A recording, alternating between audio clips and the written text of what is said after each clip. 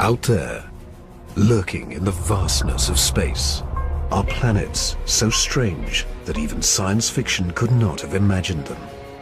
For the first time ever, scientists are discovering alien worlds beyond our solar system, places where ice is hot and rain is made of iron. They're uncharted, unearthly, and unpredictable.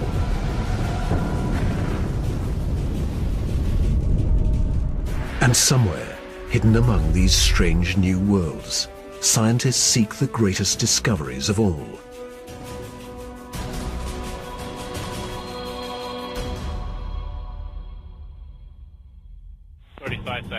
Hydraulics go. Storage tank press closed. Closed. Storage March the tank 6th, open. 2009. 22 seconds. Later, GN2 pressure go. Go. This Delta II rocket is going through its final pre-flight check. 71.3. Prop 1. Engine start, 1-0, and liftoff. It is the start of an extraordinarily ambitious mission.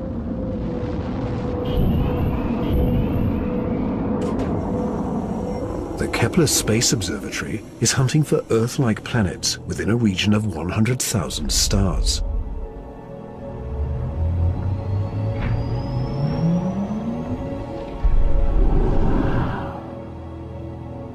It is the culmination of a journey that began more than a decade ago, with one of the most profound scientific discoveries ever made.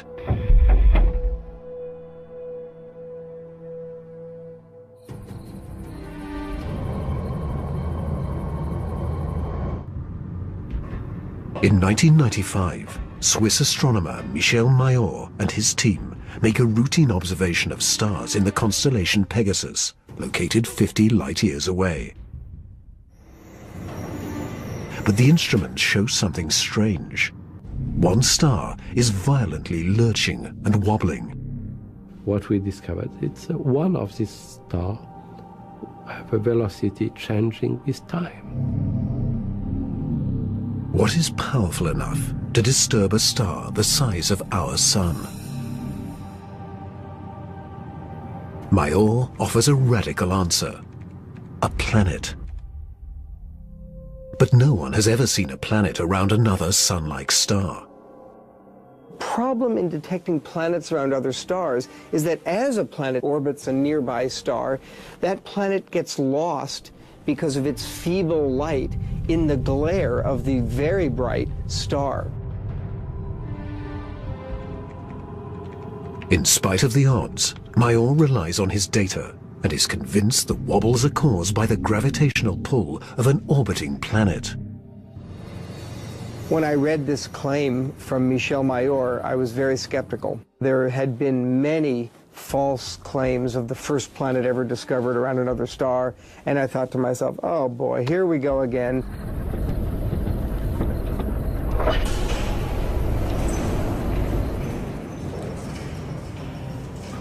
So I decided to observe the star on 4 consecutive nights. And stunningly, the star was shown to wobble exactly as Michel Mayor had said. Michel Mayor and his teammate Didier Queloz announced their discovery. It rocks the scientific community. They had found for the first time reproducible, confirmable evidence of the existence of a planet around a sun-like star.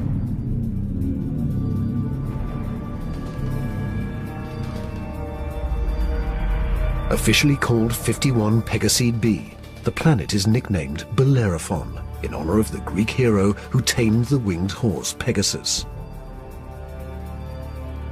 It is a planet that breaks all the rules. Bellerophon roasts in the blazing starlight at temperatures of roughly 1,800 degrees Fahrenheit, almost 1,000 degrees Celsius.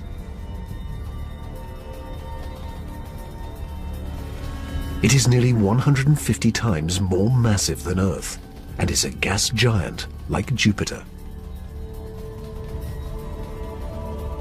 A gas giant is a planet made mostly of hydrogen and helium. Only the outer layers are gas, but inside, hydrogen and helium is compressed to huge, huge, huge pressures. It doesn't resemble a gas at all. Unlike anything found in our solar system, this is an entirely new class of planet, what scientists call a hot Jupiter.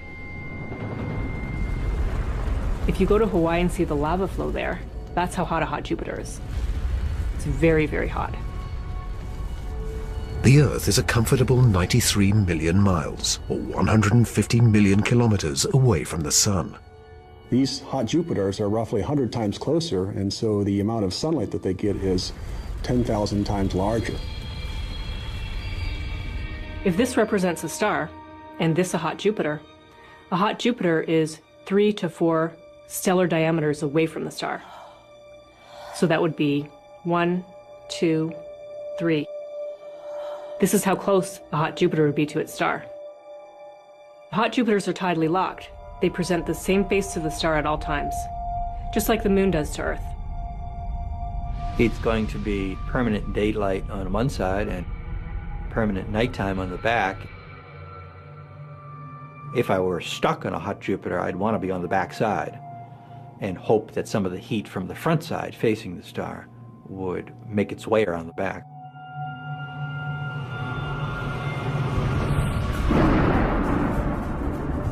The variations in temperature make Bellerophon's atmosphere extremely windy. As the air is cooked by the star, it rises. Cooler air rushes downward to replace it, just as it does on Earth.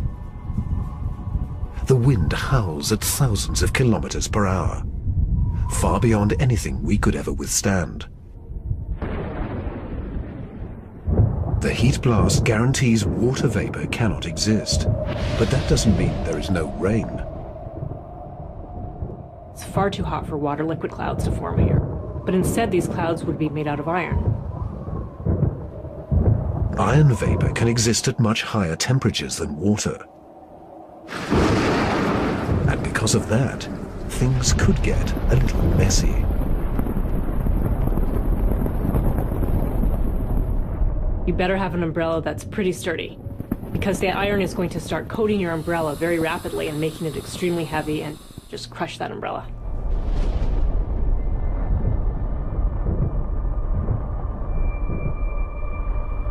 The sky overhead is filled with dancing curtains of color. Charged particles from the nearby star make auroras far more extreme than the northern lights on Earth. There is something else unique about this newly discovered world. Bellerophon orbits its sun in a blistering 4.2 days.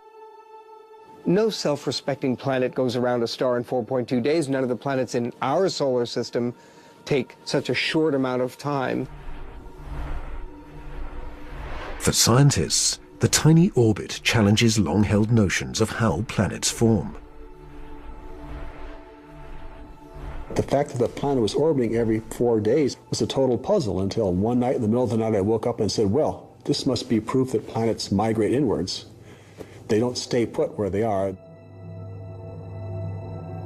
The key to the puzzle is found in how planets are made. Planets are a byproduct of star formation. When stars form, they have a disk of dust and debris around them, and out of that debris, planets form. Much of what we know comes from the Hubble Space Telescope as it aims at regions like the Eagle Nebula.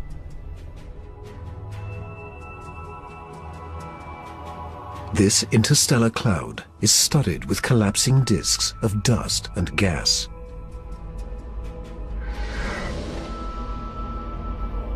A giant clump grows in the center of each disk. Temperatures reach a searing 10 million degrees Celsius. The same nuclear fusion that powers our sun is unleashed.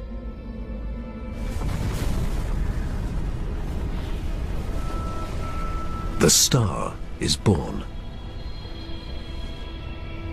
Radiation from the star generates a stellar wind that sweeps away leftover dust and debris.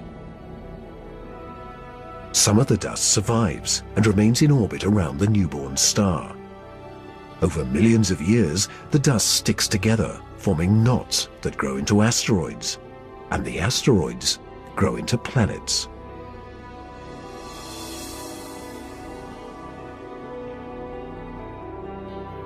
These planets migrate through the disk until they find a stable orbit. This is why Bellerophon is so close to its parent star. But one newly discovered world has found its stable orbit in a place no planet should ever go.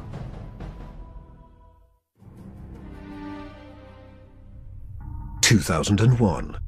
The Hubble Space Telescope is directed to an obscure star some 150 light-years away from Earth, in the constellation of Pegasus. This is the same region where Bellerophon was found 6 years earlier.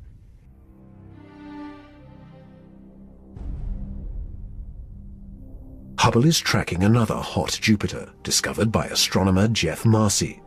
But this one is different from Bellerophon.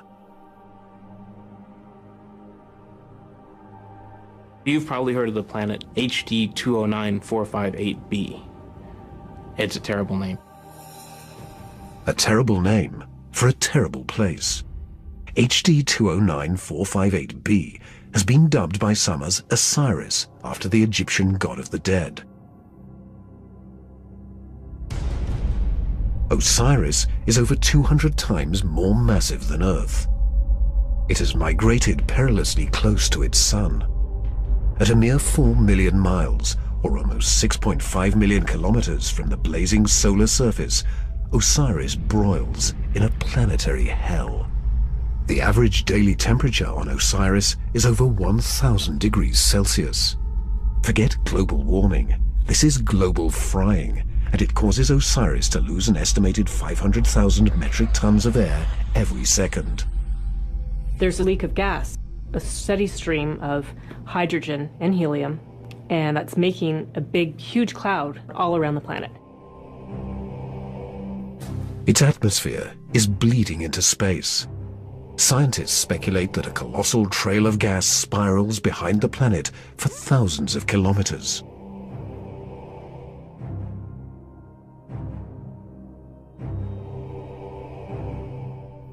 Osiris presents an unprecedented opportunity for astronomers.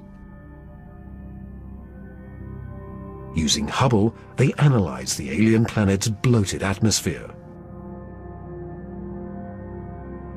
This is the absolutely first time where we could tell what is the composition of the atmosphere of an extrasolar planet.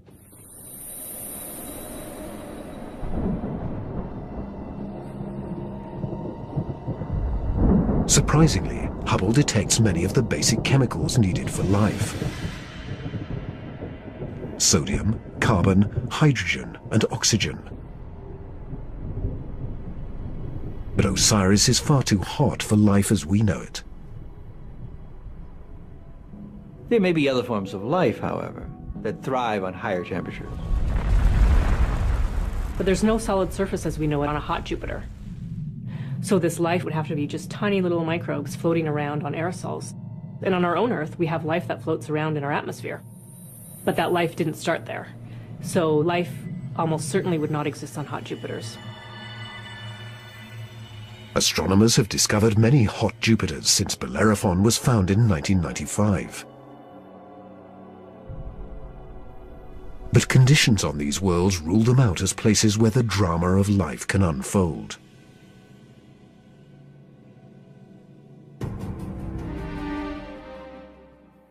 However, one of these gas giants is a planet that teases the rules of evolution.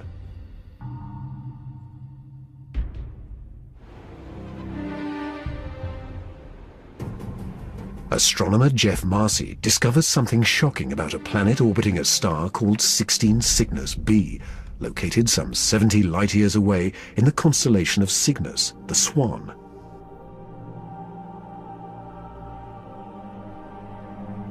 The planet was clearly in an elongated orbit, bringing the planet close to and then far from the host star. And this, of course, defied our expectations based on our own solar system, where all of the planets go around our sun in nearly circular orbits like phonograph grooves in a record. Like a giant yo-yo in space, the gas giant swings back and forth across its solar system. That's like the Earth swooping 25 million miles, more than 40 million kilometers closer to the Sun, then slinging past Mars, all the way out toward Jupiter every year.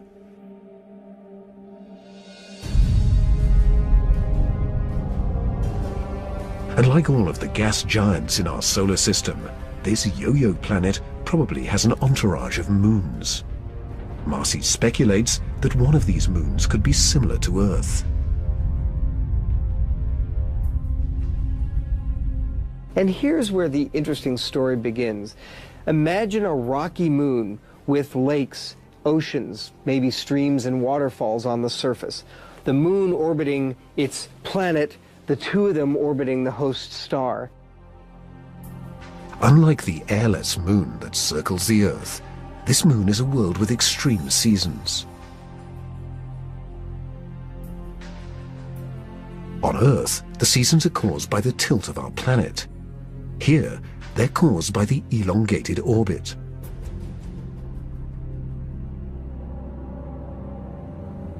These poor planets that are in these elongated elliptical orbits suffer terrible changes in their climate throughout a year. As they make their closest approach, the yo-yo planet and its moon are blowtorched by the star. Summer begins. The atmosphere on the Earth-like moon is savaged by raging storms. Category 5 hurricanes on Earth are tiny eddies compared to the monster vortexes that form here.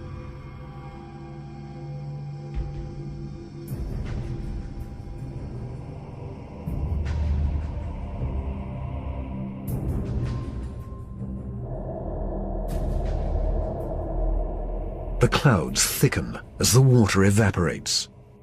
Temperatures rise dramatically. Any water or gases would heat up, and indeed the oceans would boil into steam, so you'd end up with a big steam bath. During the peak of the summer, the entire moon is smothered in temperatures of more than 400 degrees Celsius. This is the closest approach to the star. During its 26-month orbit, the summer season is barely 2 months long. But what a season!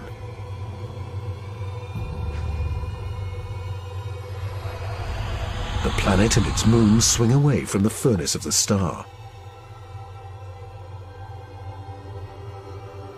Temperatures fall to ranges we would find temperate and comfortable.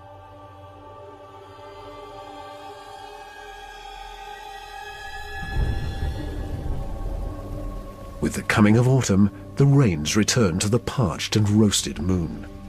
Dry ocean basins are replenished, and the seas arise to form new shorelines.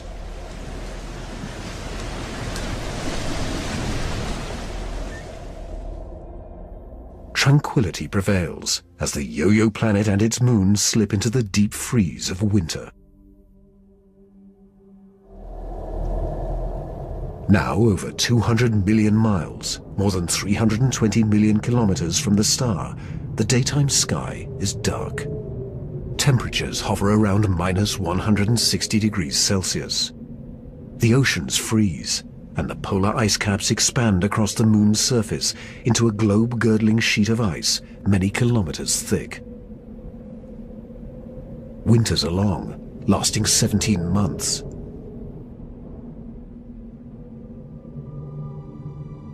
With the coming of spring, the sun looms large in the skies over this hapless moon as the ice cracks and melts violently. Huge icebergs carve into a stormy and fast-rising ocean.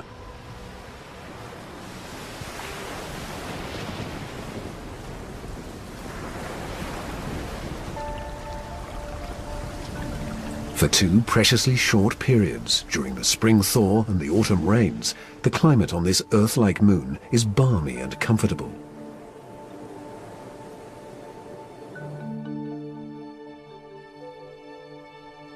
At a distance of 93 million miles, or 150 million kilometers from the star, roughly the same distance as Earth from the Sun, the elliptical orbit of this planet and its moon crosses an area around the star some scientists call the Goldilocks zone. The conditions here are just right for life.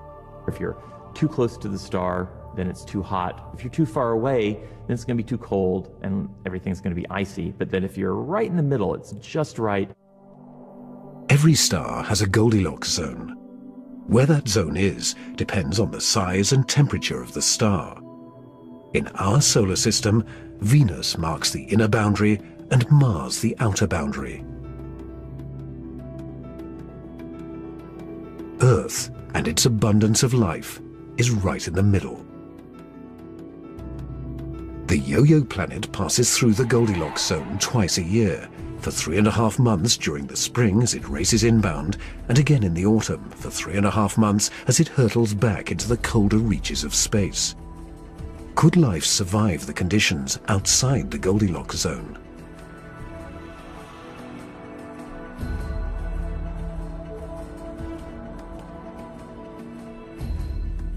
There could be life forms that are smart enough to hibernate, as do animals on the Earth during the winter season. If this sounds fantastic, I offer you the tidal zones on the Earth. On the tidal zones, life proliferates, of course, near the seashore, and they do so despite tides. The water coming in, covering many of the life forms, the water going out at low tide, and yet those species survive perfectly well. The strange cycle of the Yo-Yo planet's orbit creates fleeting conditions suitable for life, but also for death.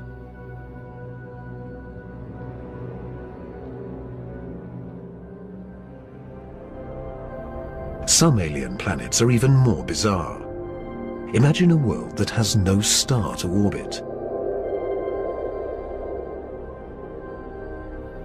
Scientists speculate that our galaxy is teeming with rogue planets, adrift in the murky lanes of interstellar space.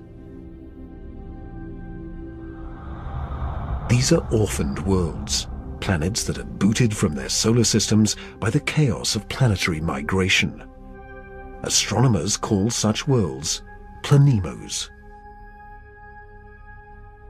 Planemos are planets without a star. They're just drifting through the galaxy indefinitely. What massive force would it take to kick a planet out of the solar system? When a young star forms with a contingent of planets around it, many of those planets gravitationally interact with each other. They yank on each other, slingshot each other, so that one of them is ejected from the planetary system, voted off the island, if you will. If you were, unfortunately, a resident on a planet that was kicked out by a collision or a near collision with another large object, you'd probably rapidly move out of the habitable zone. There are hundreds of billions of these lost, wayward, poor, wandering planets out in our Milky Way galaxy with no parent star to warm them up. Cold, dark, and quiet. Because planemos have no sun, they are worlds without days or years.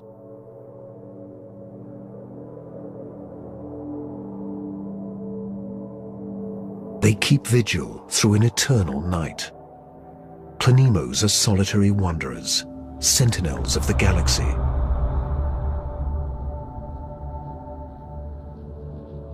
But just because it's out there drifting in space doesn't mean a planemo is dead. If the planemo is a rocky world, it could well have life on it. A small rocky planemo without an atmosphere will slumber in extreme cold, far colder than the coldest winter's day at our own South Pole.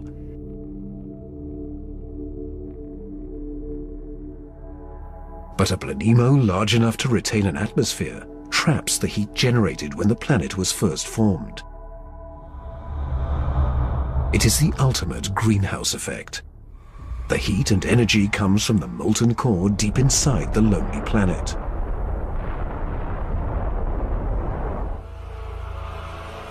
If the Planemo is a gas giant like Jupiter, it may have a system of moons.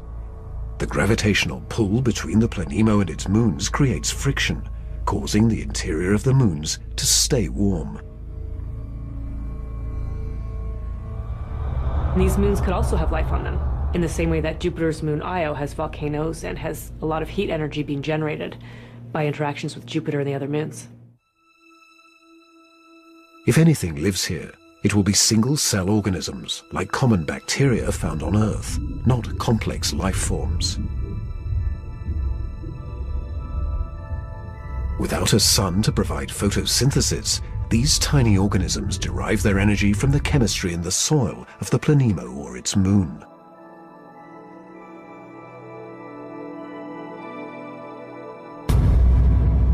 Similar conditions do exist on Earth.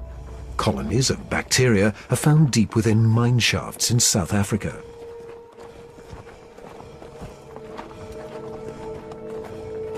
They have no access to oxygen or light and survive entirely on the chemicals they make from the surrounding dirt.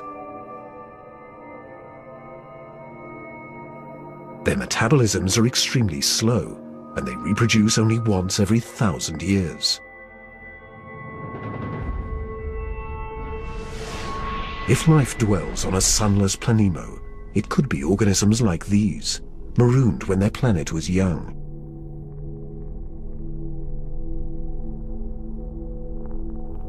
While Planemos slumber undisturbed, one world has been racked by chaotic changes since the dawn of time.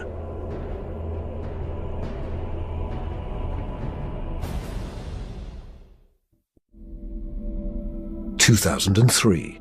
Astronomers confirm the existence of a relic from the dawn of time in the constellation of Scorpius. Most planets found outside of our solar system are located in the main disk of our galaxy.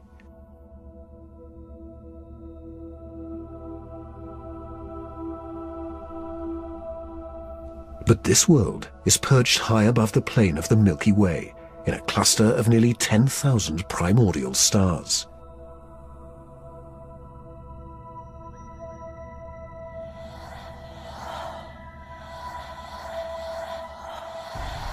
The planet B1620-26 is better known by its unofficial nickname, the Methuselah planet, after the oldest person in the Bible.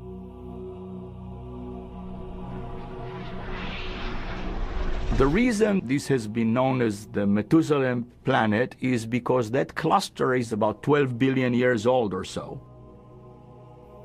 Earth is a planetary teenager compared to old Methuselah.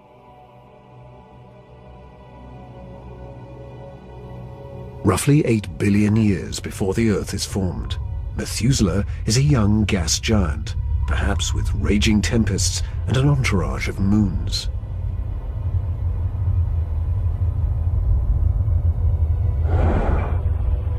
Eons pass, and the winds and the storms abate, leaving behind a peaceful world.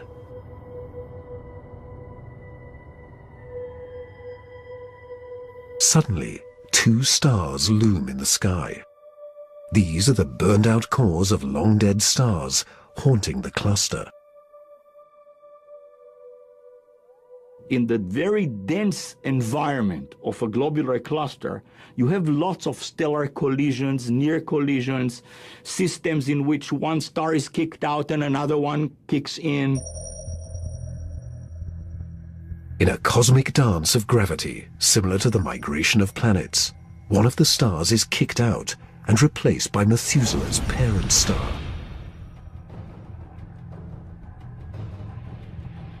Methuselah is now a planet with 2 suns. Every day has 2 dawns and 2 sunsets. Every cloud and every object casts 2 shadows. Over time, the original parent star begins to expand, a sign that the star is dying. It swells until it becomes a giant red star and spills onto the neutron star. The neutron star devours the red giant.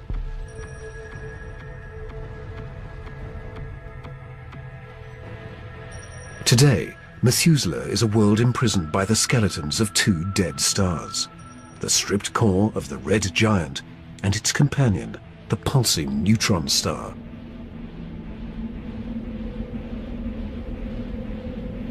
Methuselah is a survivor. But nothing compares to the weird anomaly of a pulsar some 980 light-years from Earth in the constellation of Virgo.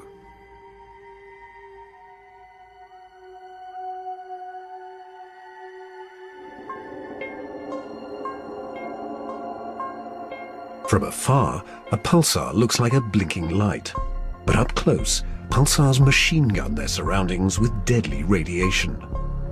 They are no place for planets.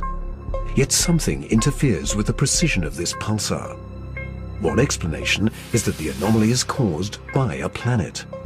But many astronomers are skeptical that planets orbiting a pulsar can exist.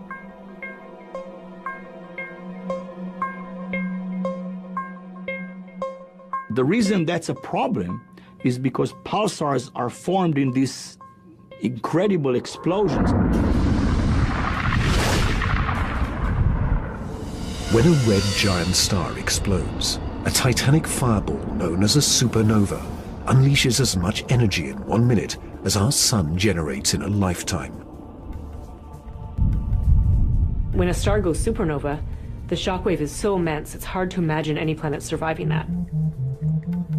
When the cosmic dust clears, all that remains is the crushed core of the red giant, pulsing in the heart of an expanding debris field.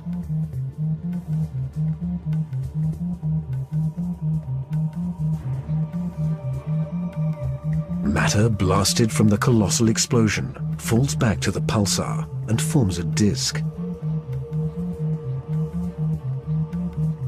Within this chaos, a new world arises, born from fire and destruction, a planetary zombie raised from the carcass of the former red giant star. It's amazing that planets could form in that environment. A planet orbiting a pulsar will give you the feeling of being in a disco bar with a very strong strobe light, which is the pulsar.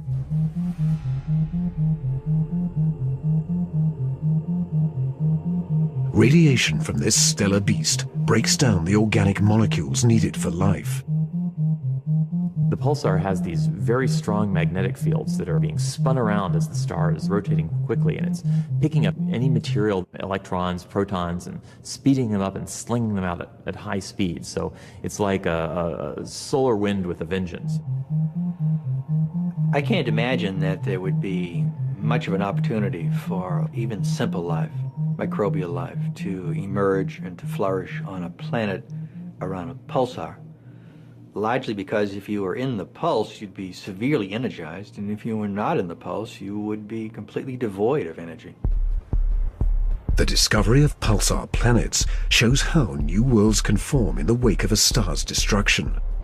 No matter where a planet arises, the process of its birth is fraught with danger.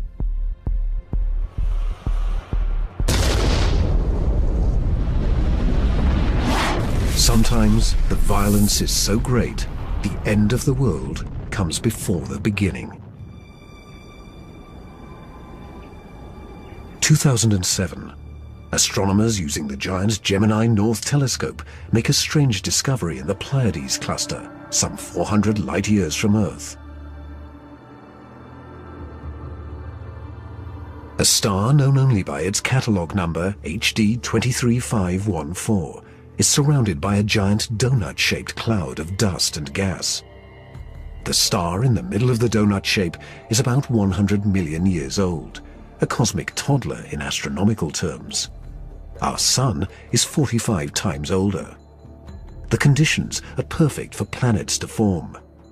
But spectral analysis finds something strange. The dust is utterly pulverized.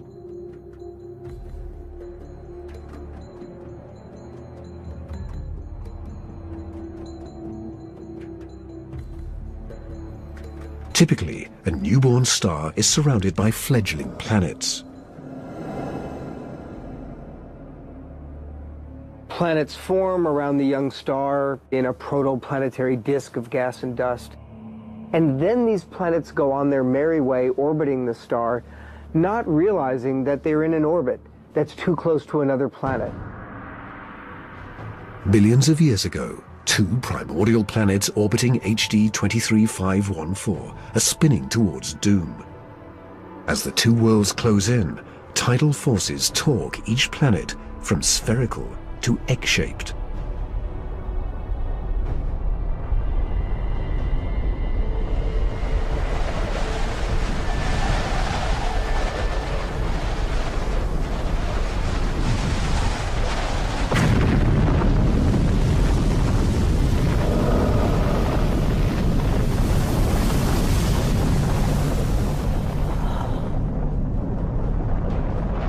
The two worlds are annihilated, creating the dust and debris seen around star HD 23514.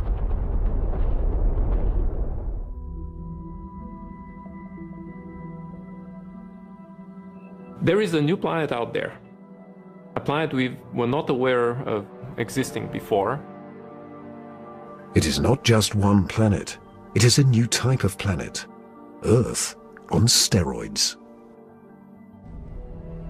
I like to call them super-Earths. They're just like the Earth, except bigger, up to about 10 times the mass of the Earth. One family that the super-Earths resemble just like our own Earth, continents, oceans. Some of them may be very dry, like Mars. And then another family that we call water worlds or ocean planets that are completely covered with water. Welcome to Gliese 581c.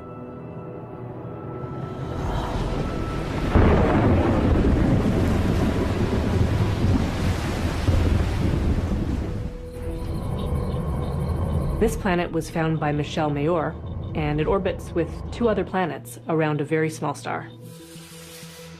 It is only 20 light-years away, in the constellation of Libra, and is one of the smallest terrestrial planets found beyond our solar system. But that doesn't mean Gliese 581c is small.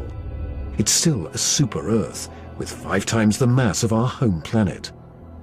And it is the possibility of finding liquid water that gets scientists excited.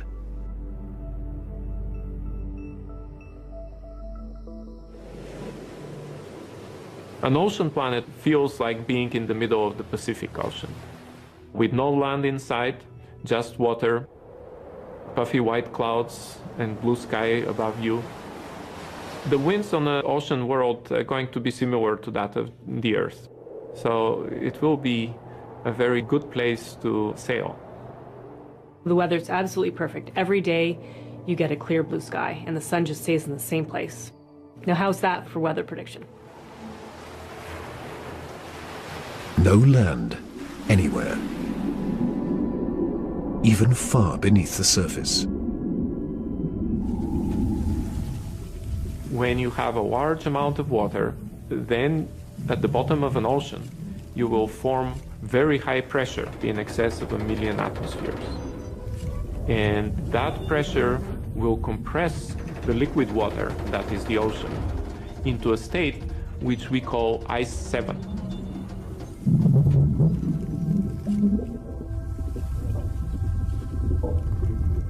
No, it's not like ice in your refrigerator. The molecules of water that are in the ice in your refrigerator are kind of all jumbled up. But if you form ice under very high pressure, then the water molecules can become ordered, they can become aligned.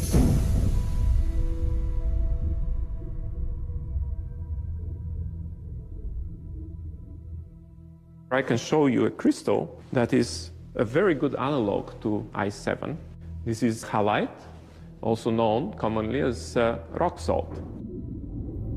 Ice 7 may exist within our own solar system. Europa, one of Jupiter's moons, may have a mantle of liquid water surrounded by a thick, icy crust.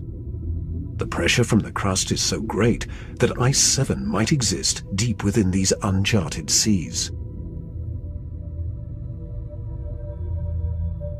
If we scale up and thaw out Europa, it may be a water world similar to Gliese 581c.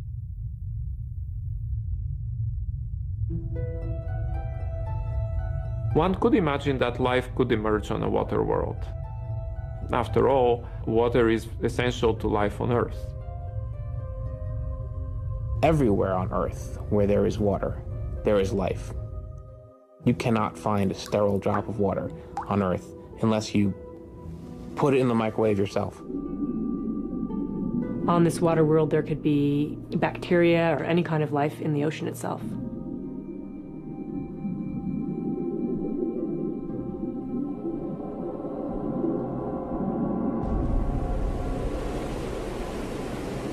But not all super-Earths are water worlds teeming with life. When we talk about super-Earths, we talked about two major families of mostly rocky with some water and mostly water with an endless ocean. But one has to add to those a third family of probably very rare super-Earths and Earth-like planets, which are called carbon planets. A carbon planet is unlike anything we've ever seen anywhere. A place with an alien chemistry, but loaded with very earthly treasures.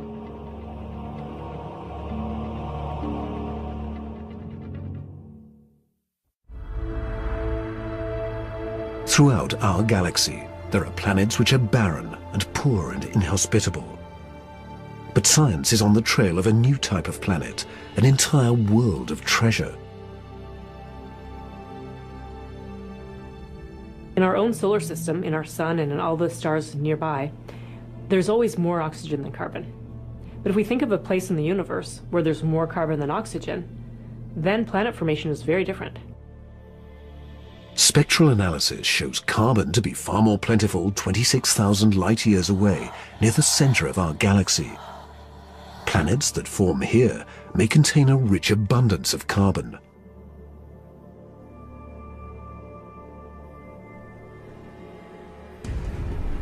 The morning sky on a carbon world would be anything but crystal clear and blue. I'm picturing a yellow haze with black clouds of soot. And as you descended farther down in the atmosphere, I could imagine lakes that were made out of compounds like methane or gasoline.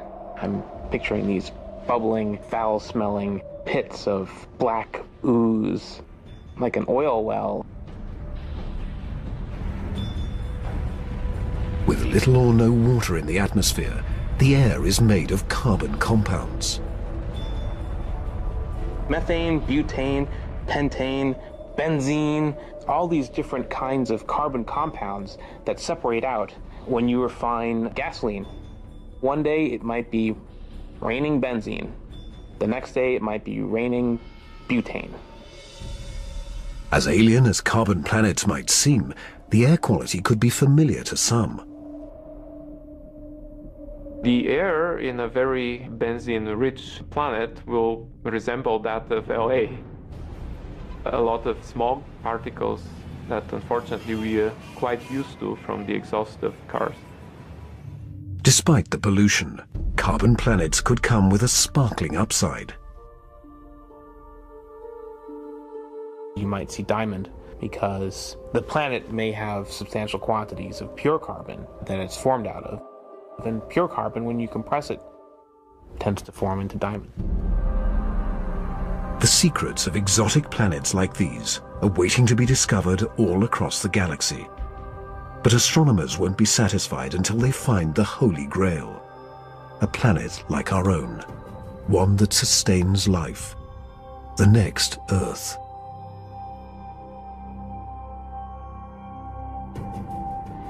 People always ask me, do I think we're going to find another planet like Earth? And I answer, absolutely. Every star is likely to have planets roughly the same size as our Earth. We think that essentially every star has several Earth mass or super Earth mass planets.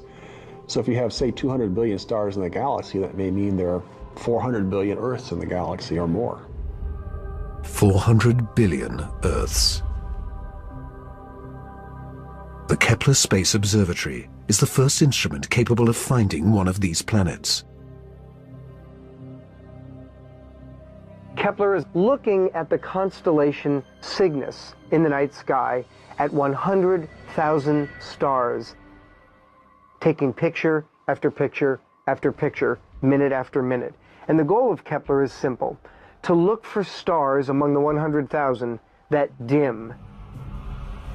When a star dims slightly, it means a planet is passing in front, blocking some of the light. How long the star dims and how much light gets blocked will tell scientists about the size of the planet and the distance from its sun. A good analogy for this is looking for the dip in the light that you would see from a searchlight if a small moth flew across the searchlight. And so it's a really tiny dip in the light as the planet transits. It is a very powerful technique because it allows you to discover planets that are even smaller than the size of the Earth around stars similar to the Sun. It is a technique that is changing the course of science. We think we may be able to find a planet that is habitable in the next few years. Scientists estimate that the Kepler mission will find a minimum of 50 alien Earths. One of the big questions that anybody looking for life beyond the Earth is facing today is, what if we don't recognize life even though we discover it? Conditions on an alien Earth may cause life to evolve differently. My hope is that we'll see some sign that will make our hairs stand up on the back of our necks. Whatever that sign is, it will be the first chapter of the greatest scientific story ever told.